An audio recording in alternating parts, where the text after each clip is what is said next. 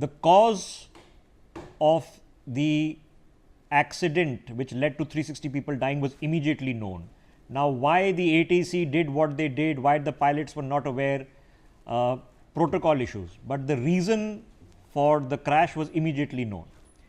In Mangalore, for example, we knew that the plane overshot the runway, that this was a tabletop airport and the plane simply could not stop in time.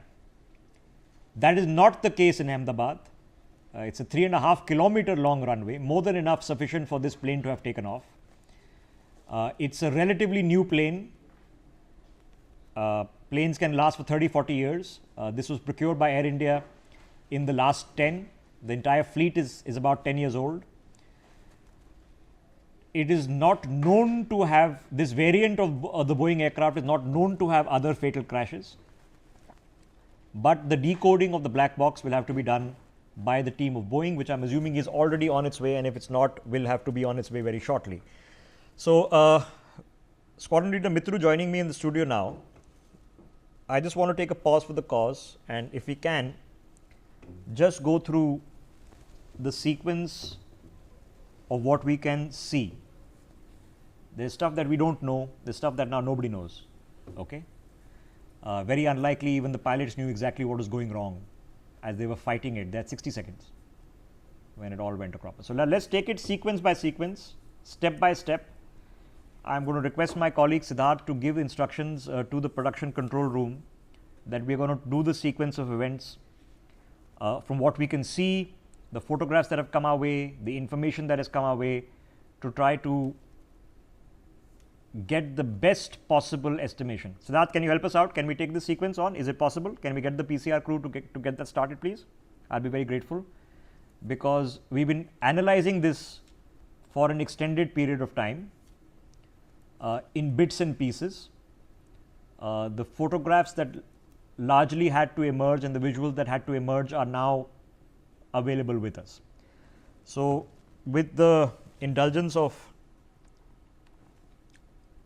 Group Captain Mitroo, Squadron Leader Mitroo, sir, let me just take us through perhaps the most important bit of visual evidence, which is a person on the rooftop of his house near the Ahmedabad airport, happened to be there, saw this plane lower than usual, took out his mobile phone and shot, which will now go down in living memory as the last visuals of this aircraft flying. Let me take you through it, sir, as we can. It's a very short clip. It's only about 15-16 seconds. So let's take you through it. So this is frame number 1. 16-second clip. Okay, what you see in this frame is clear blue skies. You see a rooftop of a building. Now let me take you through this. This is the point when the camera moves towards the aircraft.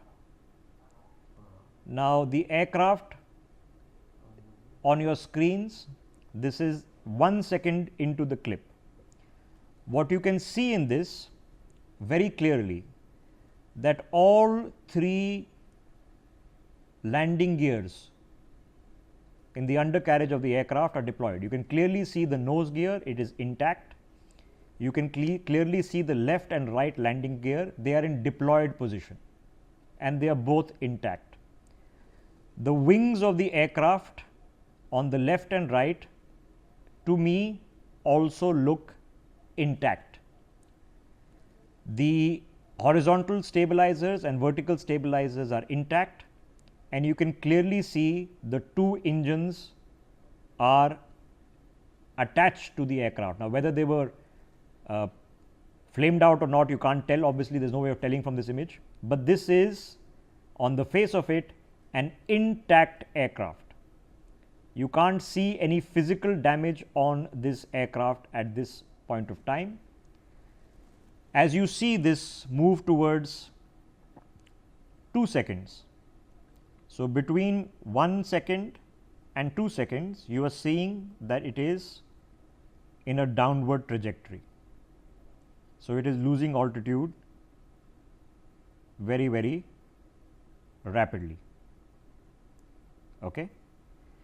Now, what you see a few seconds into this clip, right before the point of crash, before the aircraft disappears into the trees, is that the nose of the aircraft goes up. So, the engines are still attached, the landing gears are deployed and still attached, the horizontal, vertical stabilizers, everything is there. The nose of the aircraft is going up. It would not be unreasonable to assume that till the last second the pilots were trying to pull up and they had some control. Now, what you do not see is the aircraft rotating to the left or the right, going into a nosedive. That is what you do not see. So, clearly the ability to glide or guide the aircraft was still with the pilot. The horizontal, vertical stabilizers were working. I cannot tell whether the flaps were deployed, not deployed, whether they were functional. It's impossible to tell, the image is not high resolution enough, but you can clearly see the horizontal, vertical stabilizers, they are attached to the aircraft, and then the aircraft disappears below the building. It's going down tail first. Okay. So, now at this point of time in this clip, the aircraft has now disappeared tail first below the building line into the horizon. Then you see debris. Have a look at this. Okay. So, you see debris flying off the aircraft, and then you see the explosion, which is the massive fireball that takes place. Okay. So, let me just talk you through this once again, and then let me get Squadron Leader Mitroo to talk us through this. So, here is the aircraft coming. Okay. You are seeing the nose is being pulled up, but is continuously losing altitude. You see debris flying off. It hits tail first, massive fireball. Okay. This is a fully laden 9 hours of fuel in this aircraft here to London, and then there is nothing left. So, between what we can see and what we cannot see, so am I roughly accurate that at least the aircraft from this visual looks physically intact? Thank you very much for inviting me. I would convey my condolences first to the departed souls in this accident. As we were talking about the attitude of the aircraft just before it disappears behind the buildings, the nose up attitude is not an effort to climb. It is evident that the aircraft has lost power and it's doing a crash landing. This is a landing attitude. If you notice, even normal landing, the main wheels touch down first, the nose wheel is much higher on touchdown, and that is the attitude which we see now, that the pilot has brought the aircraft to a landing attitude. Now, as far as the stabilizers, the vertical and horizontal, the elevator and the rudders are concerned, well, they are in the flying mode. Nothing can be said about it, but I can see on the right side, the right undercarriage, the starboard undercarriage is down, whereas the left may be obscured by the tail section. It's down. So, let me give you a clearer vision of it, which is right in the first second, right there. So, you can see I think all the three landing wheels are down. Yes, all the three wheels are down, and the engines, of course, are intact. You see here, what has been, what my understanding to the whole thing is that this is one of the modern aircraft, fully computerized and fly-by-wire system. Now, this aircraft is capable of climbing up to 15,000 feet on single engine, from zero level, from ground level to 15,000 feet. It can climb even on single engine, fully loaded aircraft. But here, the suspicion is that both the engines have failed, and the pilot has given a mayday call probably 12 seconds before he crashed. That's a very, very critical position.